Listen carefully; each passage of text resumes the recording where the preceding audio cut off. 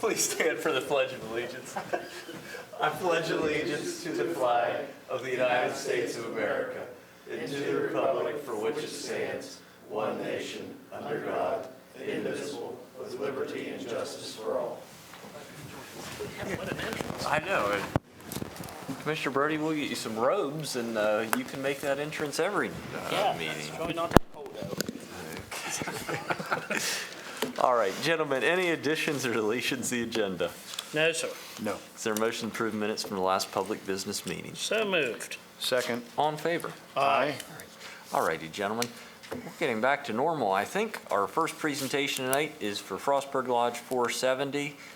This is for the 45th anniversary of Derby Day. We have Mr. William DeVore is the exalted ruler of the Frostburg Lodge. Please.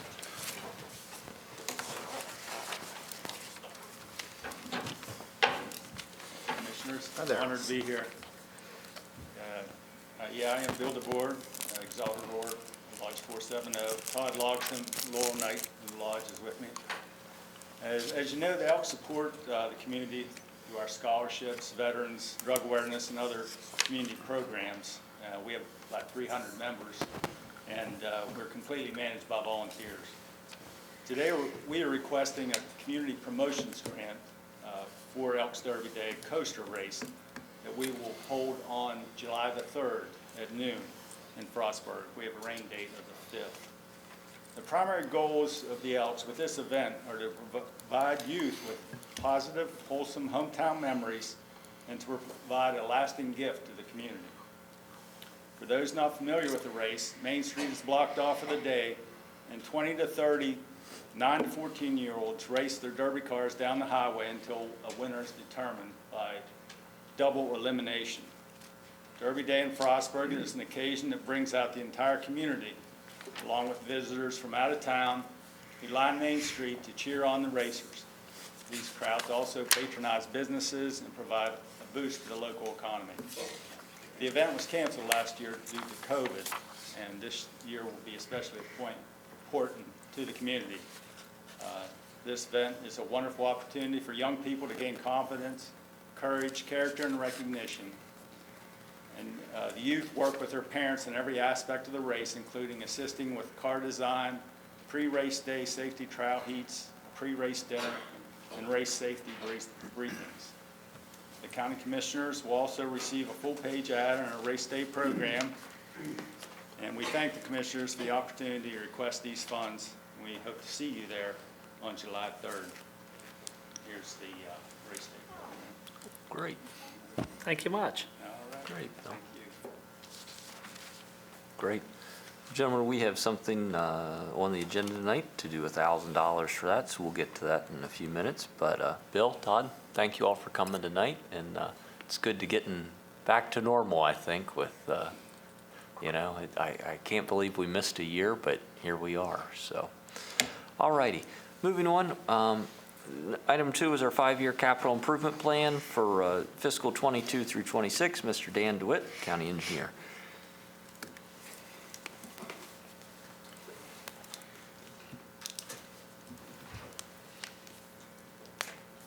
All right, good evening. Thank you, Commissioners. I want to take a few minutes here and speak about our annual iteration of the capital improvement program for Allegheny County.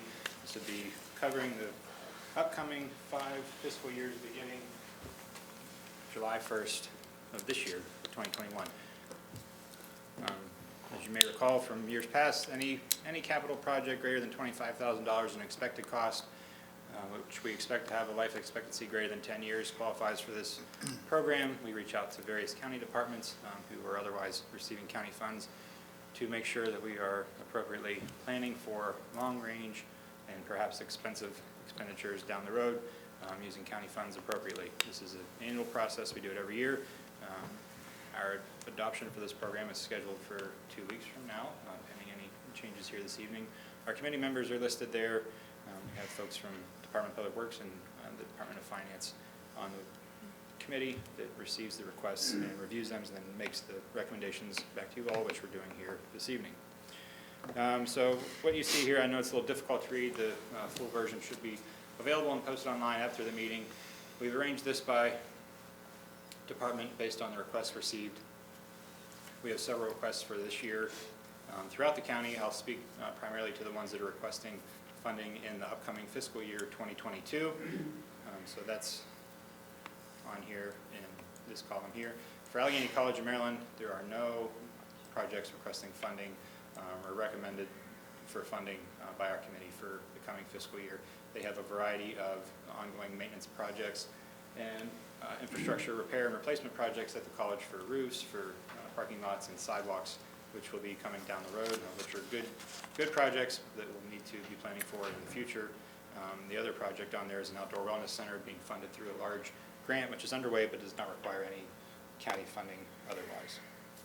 If at any point there's any questions from anybody, please feel free to stop me. Otherwise, I'm just going to continue going.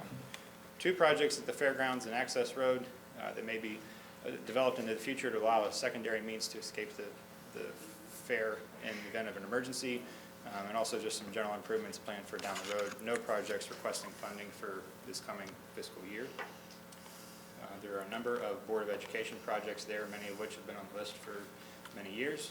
The ones that are shown for funding in fiscal year 2022 coming up are two phases of a roof replacement project at the Career Center, both of which have been programmed for funding in the past and have funding available and are ready to go pending bid results.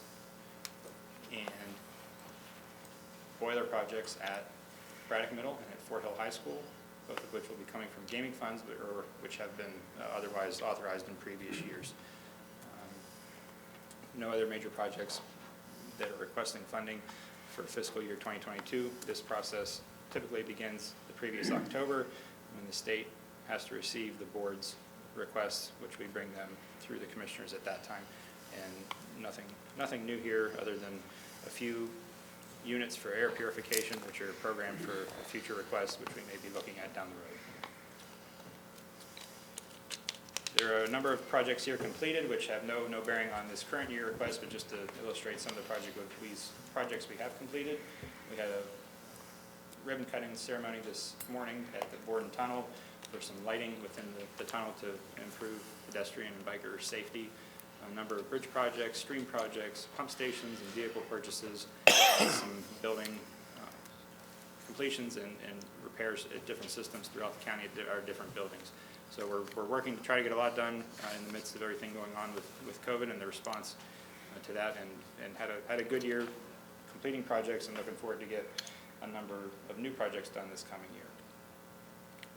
Department of Public Works building projects, we have a few there which are system replacements for windows and heating at our Central Roads garage next door here.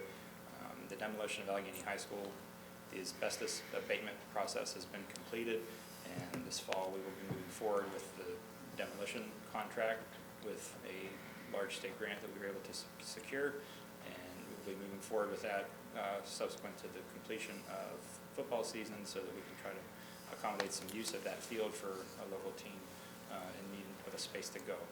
There's a project at the detention center, a window replacement effort, which should be able to be accommodated through their budget to replace the failing windows that are in need of replacement at the end of their lifespan. Dan, before we go on, I just want to thank our delegation, Governor Hogan.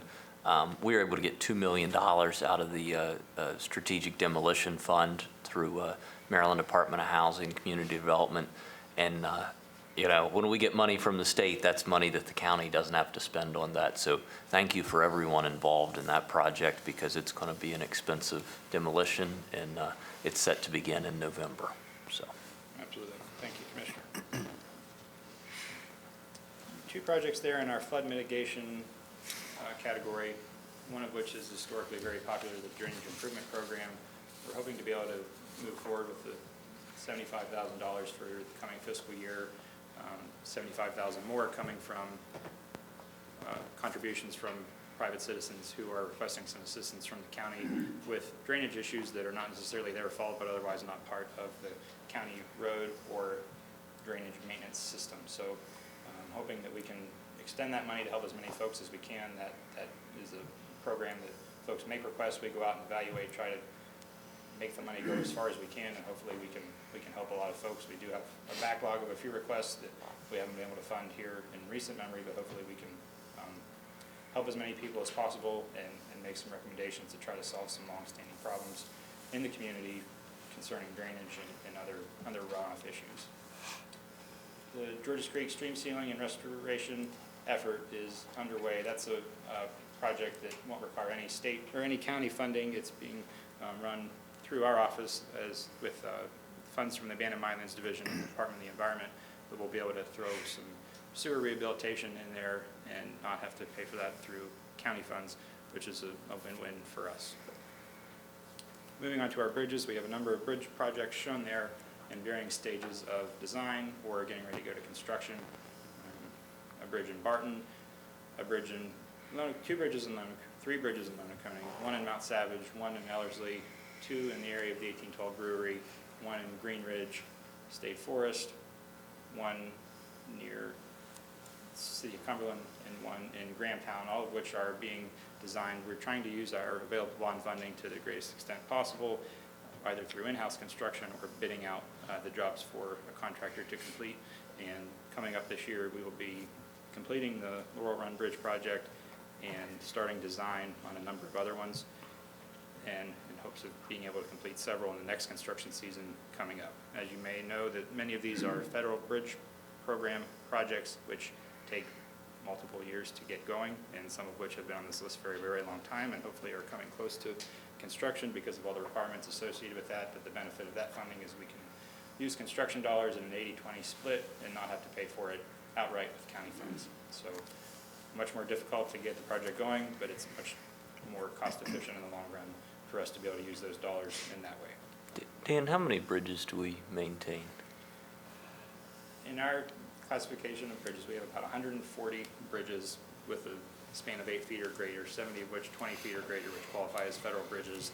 And we have several hundred, if not thousand, pipes and culverts that may pop up and present issues at any time, many of which are hard to get to, but our roads crew does a great job keeping up on those, and we try to keep a running list several years in advance of ones that need to be addressed so that we don't have any issues requiring bridge closures, and we're being as proactive as we can on trying to stay on top of those. So Dan, of those 70-some, do we have any that are closed? No. None, okay.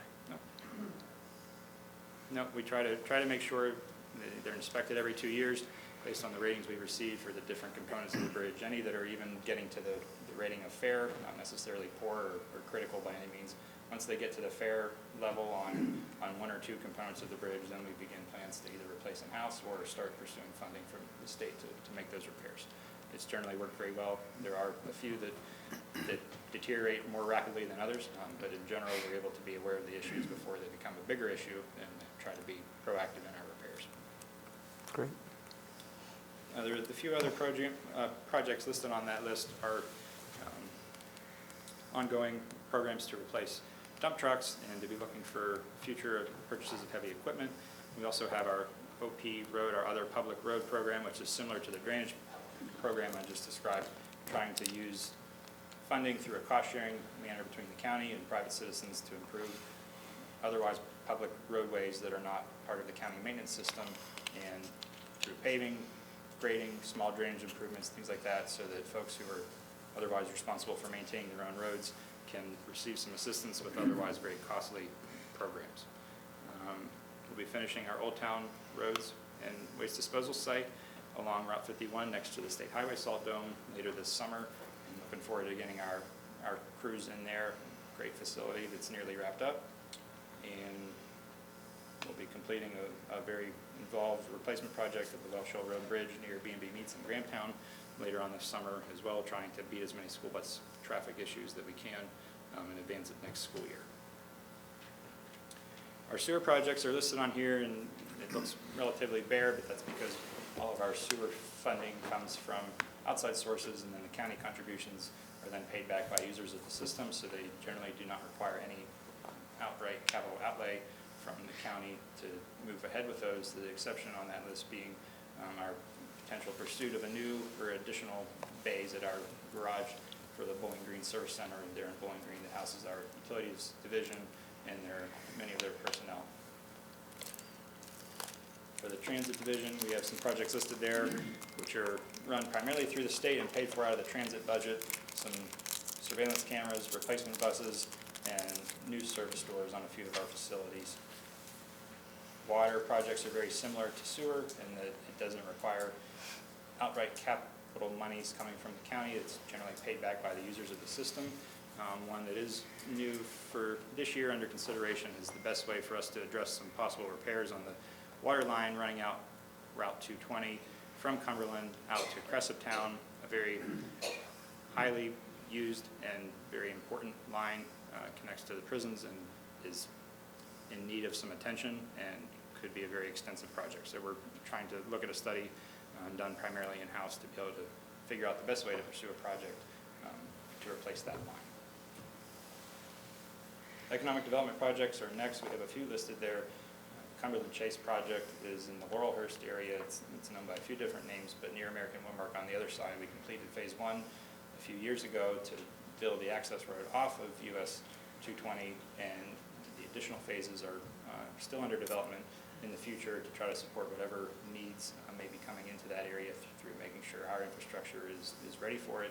We have an ongoing project in the Frostburg Industrial Park to support a relocation of Berkeley Springs Instruments, and that's well underway, should be finished later this summer. County contribution for that project is coming from a low interest loan from Tri-County Council is our estimation at this point. A future project to rehabilitate some roads in the North Branch Industrial Park and Mexico Farms area, and then we have a perhaps future expenditure for some capital improvements for the railroad. We're in the process of trying to ascertain exactly what needs to happen on the track as far as capital-related expenses based on some information we've been receiving, and look forward to moving ahead with that once we get a little bit more information on what needs to be done at this time. Emergency services is next on our list. There are a variety of projects there, many of which are covered for the current year through their budget. For this coming fiscal year, we have a gate replacement project at the 911 center, some additional ambulance purchases, a replacement of the Swiftwater Rescue Boat and trailer, as well as some remodeling work at Station 51, which is in Frostburg, and replacement of a 24/7 response vehicle there at the bottom of the list. Future projects are listed there, and we'll identify the best way to cover those as we move forward with next year's process as well. Information technology within the county, we generally have a project listed there to support some expansion of our broadband network to try to reach areas that don't have service, and that's no different this year, trying to figure out the best ways to serve areas that are otherwise hard to get to. Library projects are listed there. There's one currently underway in the Vale, and much of which will be complete by this time next year, but it's going very well. A few projects listed there for Frostburg, Western Port, Washington Street libraries, the last two of which are been applied for Maryland Historic Trust grants, and pending those application results, then we'll decide how and when to move forward with those efforts to complete some of the work that was done there recently with the columns at the Washington Street Library to try to further preserve that structure. And the last one on our list here is new permitting and planning software. We're figuring out our needs for that program based on an upgrade of the existing system in place, which is functioning but a bit antiquated, and hopefully we can move forward with some new software in the future that better meets the needs of the department and the public and our many consultants and design professionals that work closely with our office on a daily basis. That's all I have for right now. I'm happy to answer any questions, and look forward to moving ahead here in 2 weeks, pending any questions or guidance you may have at this point. Thank you. Gentlemen, any discussion? No, sir. Thank you, Dan. I know that's a bunch of work. We appreciate that, sir. Happy to do it. Thank you. Thank you. Okay, item 3 is fiscal 22 Allegheny County Sewer Commission Water and Sewer Rate Recommendations. Thanks, Dan. Mr. Adam Patterson.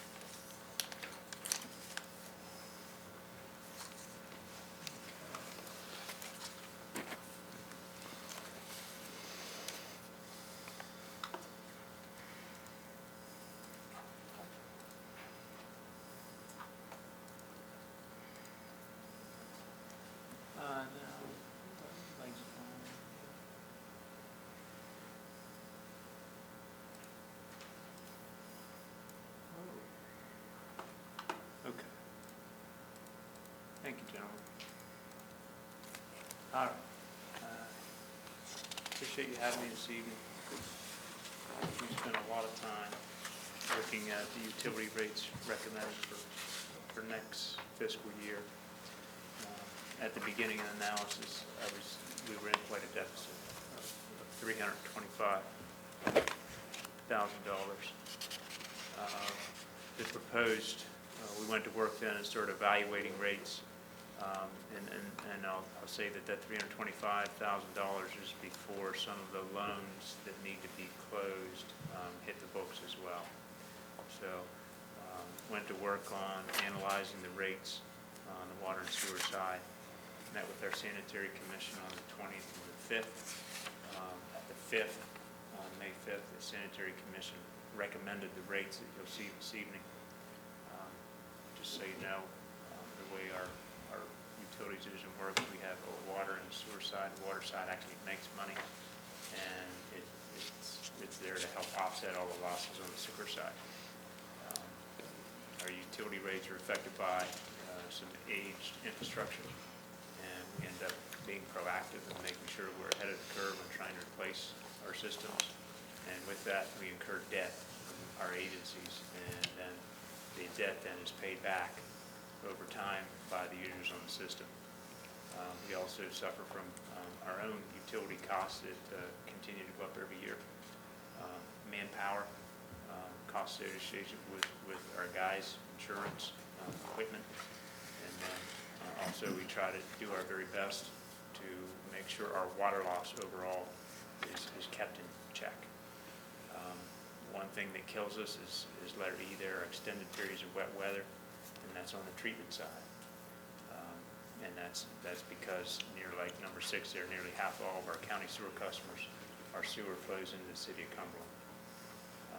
They have a way to, with their rate structure, when we have an extremely high month, we're penalized for that month, and it's called ready to serve charge. In case you don't already know, we purchase water. We don't make water ourselves. We purchase it from Frostburg, Cumberland, Kaiser, and Western Port, so we're also at the mercy of any type of rate increases that we see from our partners. Wow, a lot of numbers. Let me see here.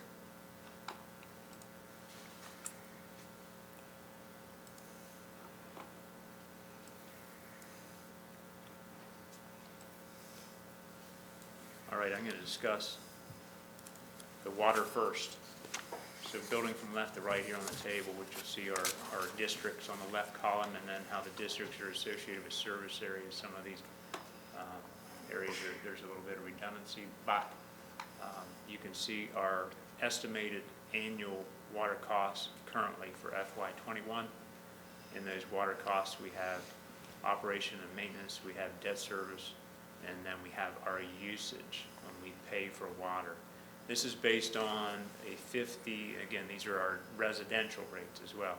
This is based on 50,000 gallons a year estimated for a household. Moving to the middle of the page, you'll see what our recommended rates are for FY22. And then what you'll see next, and this is on an annual basis, this is what you're going to see are the increases for each and every district. Over to the far right column is a justification or notes as to why the rates must increase to these levels. Anytime you see increase for debt service, it's because a project was done and there's debt on the system that the users are responsible for. Up and down this column, you're going to see comments that say Frostburg usage and capital increase. So every 3 years, we revisit the water rate that we purchase water from, bulk rate from the city of Frostburg. This was set out many years ago in a Public Service Commission ruling, and it's a complicated formula. It's all there. We met this spring with Frostburg, and so our water rate usage price per thousand is going up, and it's going up significantly. That will be the water rate that we'll have for this coming fiscal year and the 2 following it. Also, any type of improvements that the city of Frostburg makes, because it's a system that they have, that they're conveying water to us, we have a percentage of those costs as well. So that's what that comment is for. You can see on average, anywhere in our districts that we're purchasing water from the city of Frostburg, the annual cost increase is approximately $60.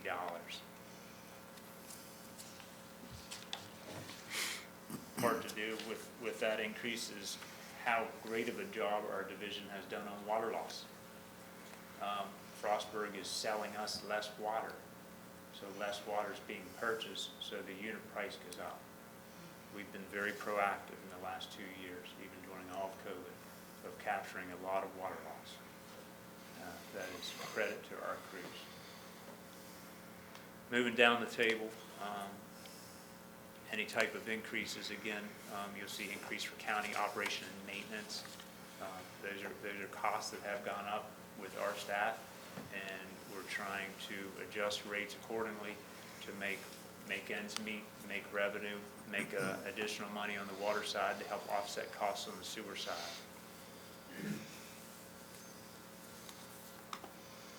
There's a couple of these that you'll see specifically where I've called out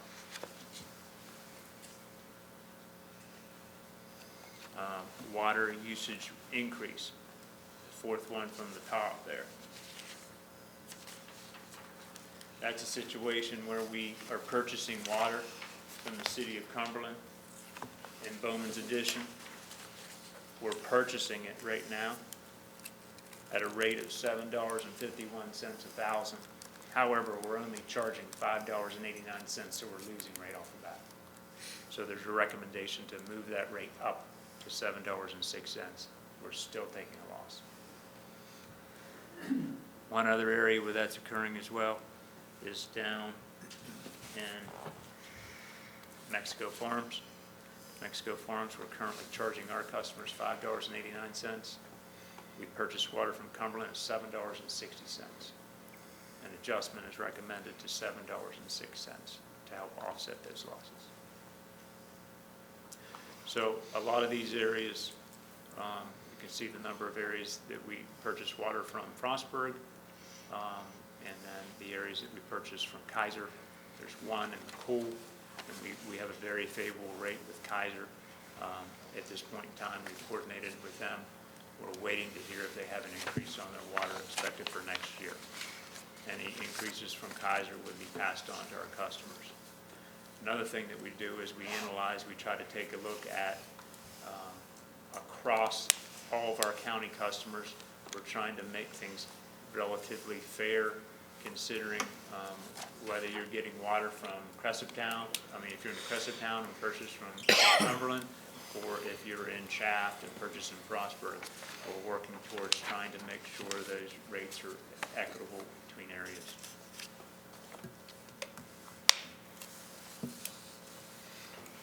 Moving to our sewer side.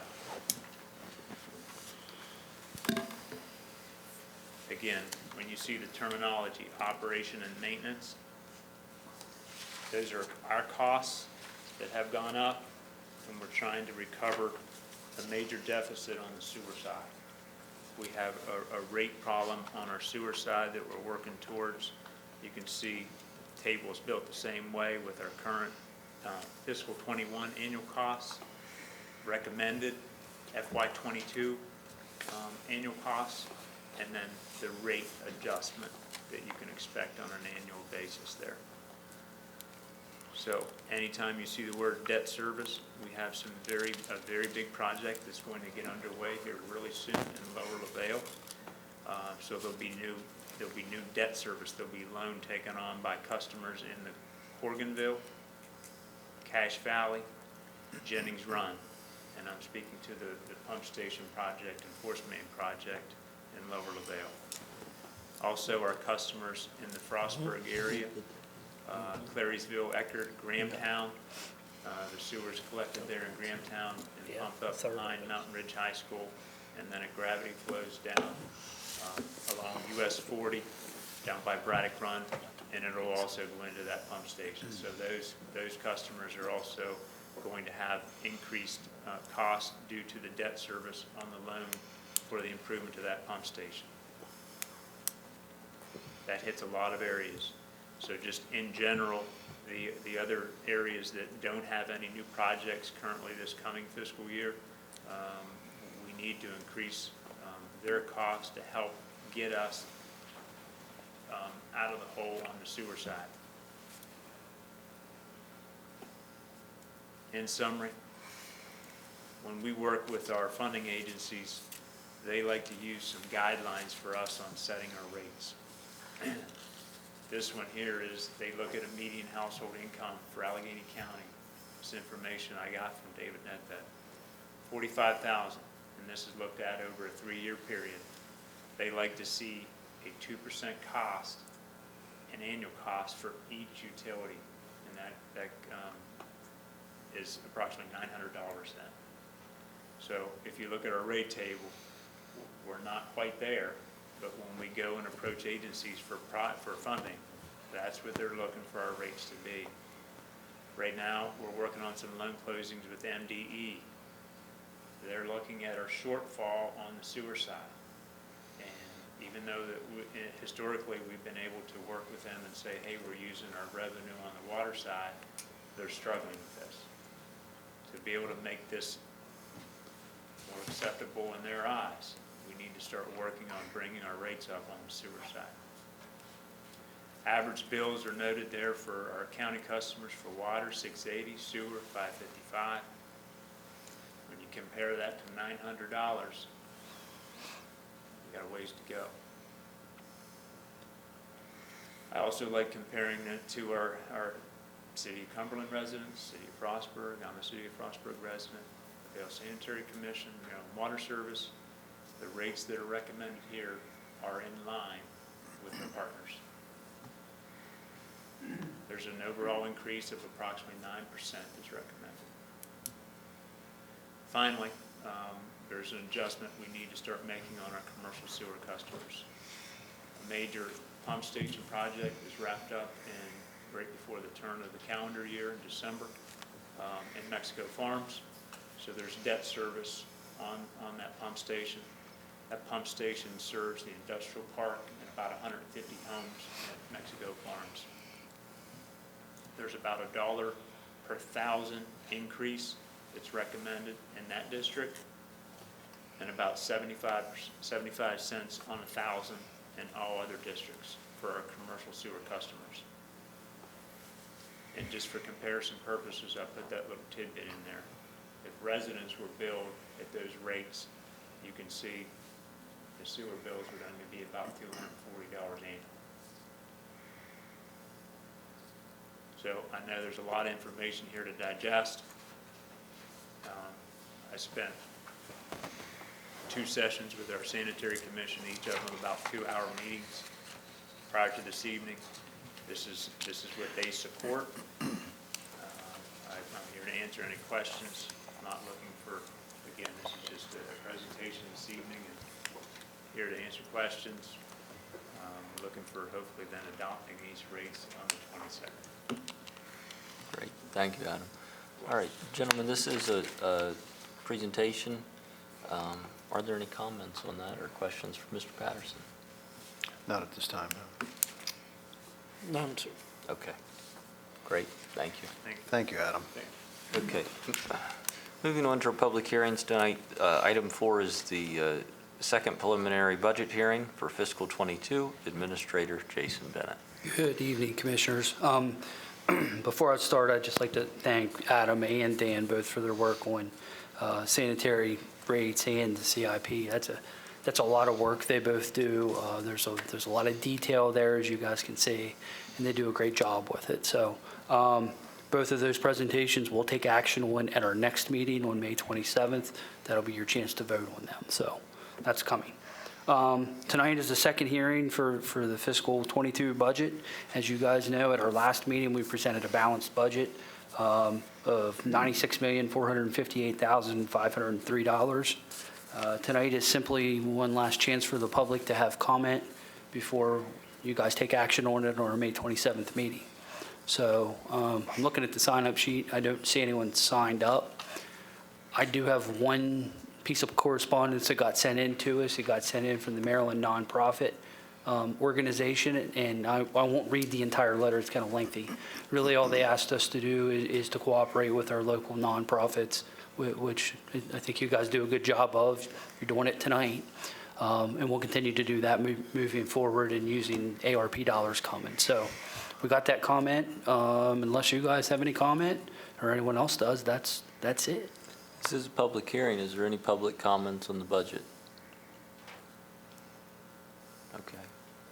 Jason, I think we talked it over. You know, it's a 2% increase. There's no tax increases. This was probably the easiest one I've done in 7 years, so. Yeah, amazingly, it's working well right now, so we'll take it. Okay.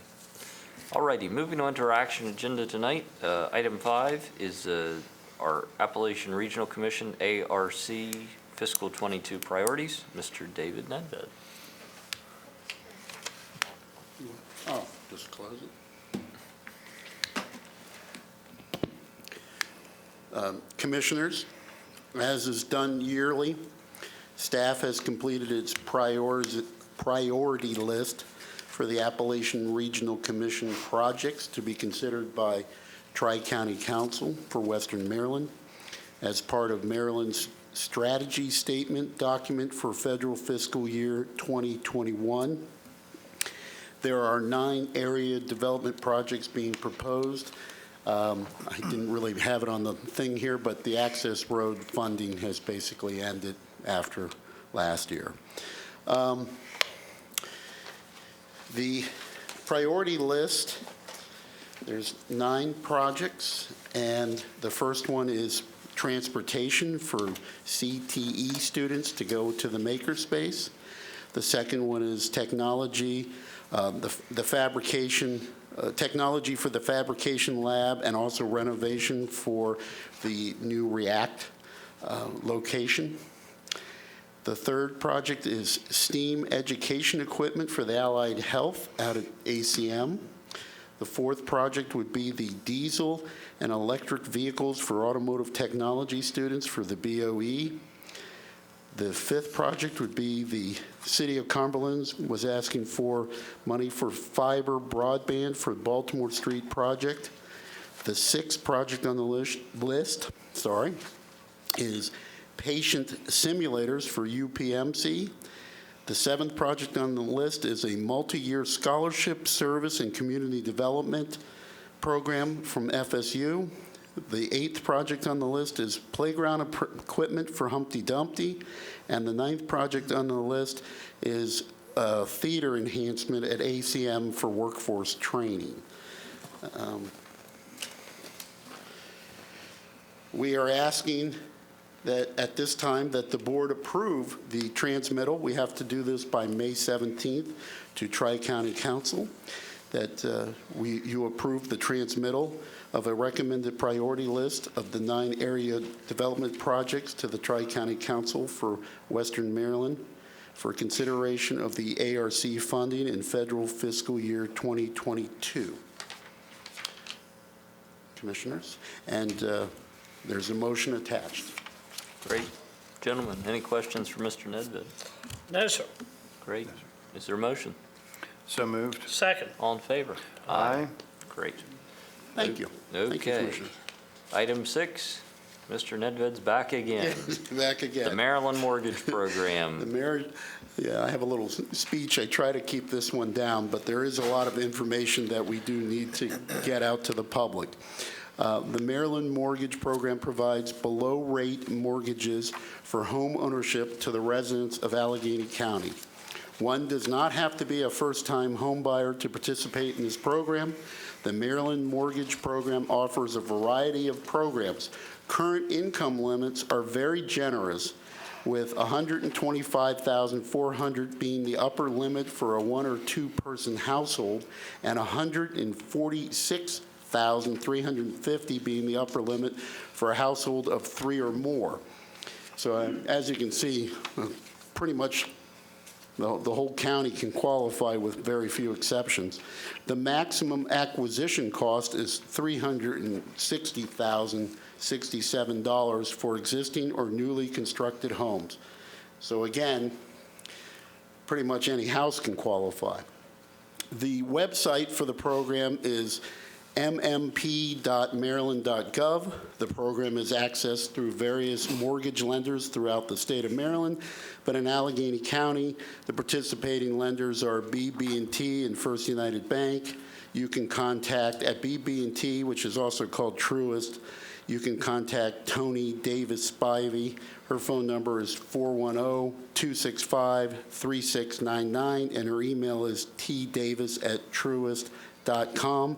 The contact for the program at First United Bank and Trust is Travis Bower.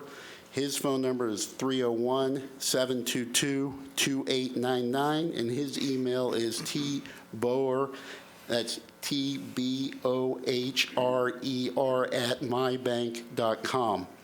I'm asking that the Board of County Commissioners authorize the transfer of funds to the Community Development Administration's Maryland Mortgage Program for issuance of tax-exempt housing bonds on behalf of Allegheny County, and authorize the President to sign the letter of transfer. Okay. Gentlemen, any discussion? Very good, sir. That 360,000, that might cover Mr. Nedved's guest house, Yeah, but that's right. not his main residence, that's for sure, so. Okay, is there a motion? I'll make a motion, we adopt Resolution 21-9. Second. All in favor? Aye. Okay, thanks, Thank you, Dave. Commissioners. Thank you. Okay. Moving on to our consent agenda this evening. Administrator Bennett. Commissioners, 8 items on your consent agenda tonight.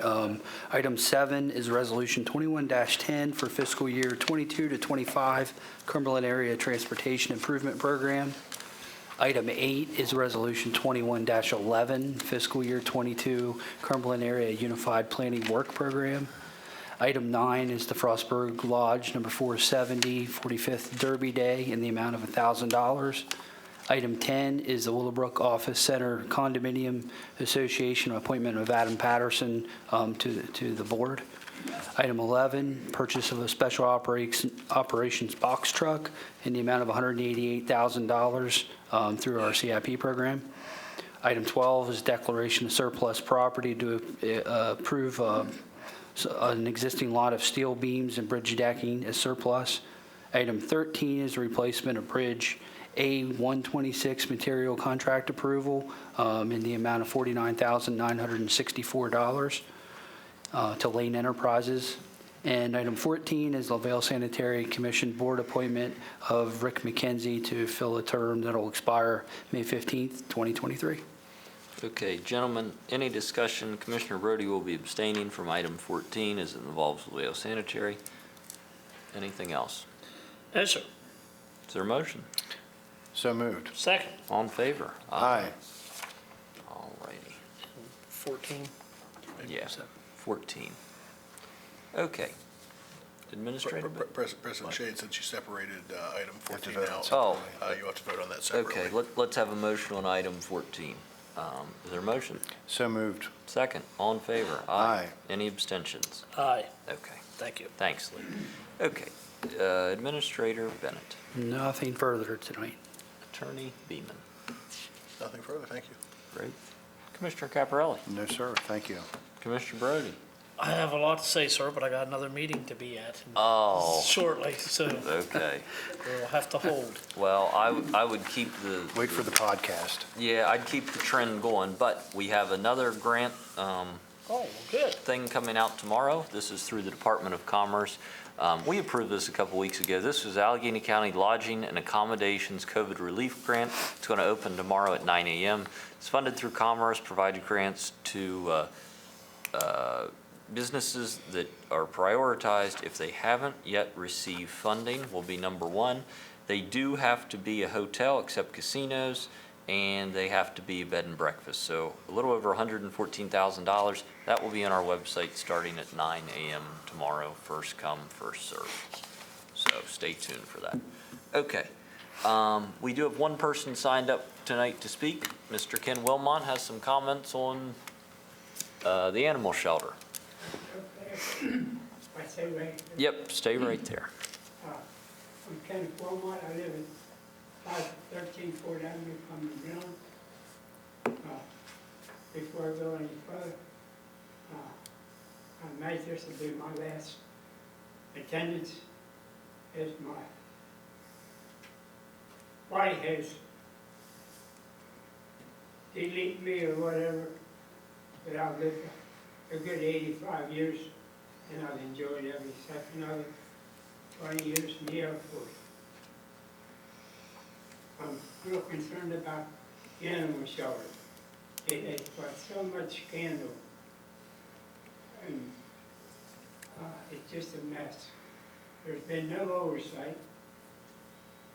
These people operate, they're very well pleased. According to the last statistics they put out, they're rescuing 1,700 animals a year. So that means in 10 years they put 17,000 animals back out on the streets and byways of Allegheny County. That's atrocious. We are not paying them people to increase the population. We're paying them to decrease the population due to the fact that they kill everything that comes in front of them. They are worse than the lions out in Africa that kill. We cannot afford to lose our bird population, and we can't afford to keep paying these people to do nothing. They even went so far as to put in a nursery.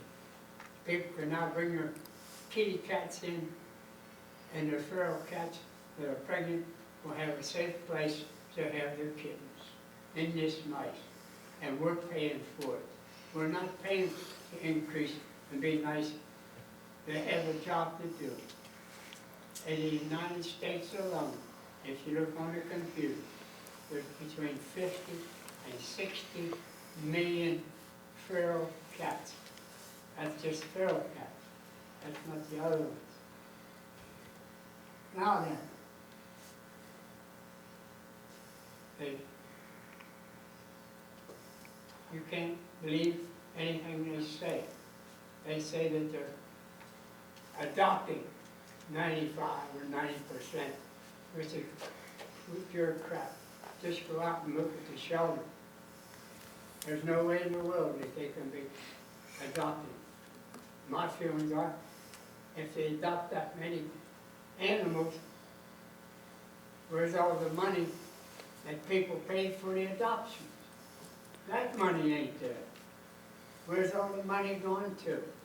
There's not, in 10 years, that's over $4 million that just the taxpayer has poured into that place. I would like to have that $4 million. I could go and take care of an organization a lot better than that. Honestly, we need to do away with this no-kill policy. We need to shut that place down and get rid of those people. You can't trust them. Put in a whole new government paid employees and tell them this is what we want. You keep an animal 4 days, and after 4 days, if the owner doesn't come in and adopt it, you put it down. That's the only humane. They're not. Let me tell you how they're doing with animals. First, we got so-called foster homes. In a foster home, they may have 15 or 20 cats. Who controls them? Nobody. They're run all over the neighborhood. I talk to people. They tell me. Next thing is, they got feeding sites where they put cats out there, and they have people go out and feed them. It's in the newspaper. Read it. And why do we pay to feed wild animals run around loose? It's an absolute dysfunctional organization. And why you allow it, I don't know. One thing I can tell you, I was accused 10 years ago of poisoning 22 cats up in the Constitution Park. The very next day, I filed a Freedom of Information Act. I filed about 4 more in the course of 10 years. It took me 9.5 years to get a copy of the policeman's investigation. And this is what he found. You can get a copy of it if you wish to prove what I'm saying. He observed 2 dead cats. If I remember right, both of them were in the back end of a man's car who did the accusation, accusing me of poisoning cats. The man is a relative. I know him. He's a psycho. He was living down with his father on the Eastern Shore. In 2008, he had to leave. Humane Society caught him with 70-some cats living in filth. Now then, he comes to Cumberland in 2008 to his uncle's farm on Orange Mountain, doing the same thing. 2010, he had about 70 cats. He had some kind of disease hit, same as what hit the animal shelter. Animal shelter was quarantined in March 2010, and they kept him quarantined till October 2010. Cats dying everywhere. Same up on the farm. Now then, police report said they saw only 2. They gave the report to Mr. Brubaker and Mr. Devore, are illustrious leaders of the animal shelter. What appears in the newspaper, 22 animals poisoned in the Constitution Park, when the investigating officer only saw 2. I did not poison any animal. I love animals the same as the next guy. People can have what they want. They can have a herd of elephants, so long as they keep them quiet, they keep them clean, and they keep them on their own property. I don't want them. At the present time, I got about 15 cats that patrol my property. I own 11 pieces of property on 4th Avenue. It's ridiculous that we're paying out good money and get nothing, 0 in return. Now, you people do what you want. I wouldn't finance them. I would shut them down. I wouldn't allow them in the shelter. They're all animal lovers. And they could care less about a bird population. In 10 years, there's not going to be a bird left in Allegheny County. In the last 10 years, I've seen 90% reduction of the birds in my backyard. Two whole flocks, for this example. Every day I had 2 flocks of mourning doves come in and feed. About 200 in a flock. Haven't seen them in years. That's an indication that there's a problem. And the only people can solve it are you people. The only way to solve it is get rid of that no-kill. We're not paying them to feed cats on our money. Now, that's my cousin that accused me up in the park. I got pictures of his car. The animal shelter was giving him feed to go around. In the park, he had about 20 feeding stations up in just in the Constitution Park. So I'll probably hope I got your attention. Anyway, Yes, thank you, Mr. Wilmot. The human race cannot live without the birds and fresh water. And all these animals are responsible for both of them. Everything that comes out of feral cats, any cat, $10. All goes into our water system. Great. So, Okay. Thank you ever so much. I wish you all well in the future. I don't know how long I'll be here, but I just think it's time for me to retire. Being the only person in Allegheny County who has an interest in what goes on, I applaud it. At least I hope somebody else will take my place. Thank you. Great. Thank you, Got one Mr. more to say? Wilmot. I hope to see y'all again, but not in this position. Great. So do we. Okay. Gentlemen, with that, our next public business meeting will be in 2 weeks. It'll be Thursday, May 27th at 5 p.m. Thank you.